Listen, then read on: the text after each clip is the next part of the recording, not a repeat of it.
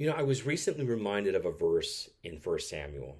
David had done his best in his life to be faithful towards God. And what did he get in exchange? He was betrayed by King Saul, a man who he viewed as a mentor and possibly a father figure.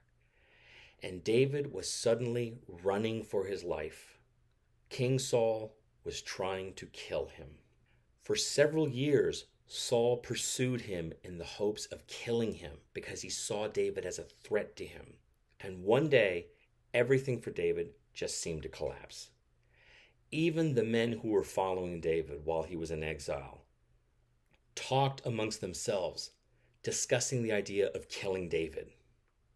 David must have felt completely abandoned by God. And what was David's response? David encouraged himself in the Lord his God. David had to lean on what little strength God had given him to get through this situation. Although it didn't look like it on the surface, God was perfecting his power through David in his weakness. I know how this sounds. It sounds like God is being negligent, especially to those of us who have already suffered terrible things in our lives. And when we just want some morsel or a crumb of evidence that God is with us, and all we get is silence.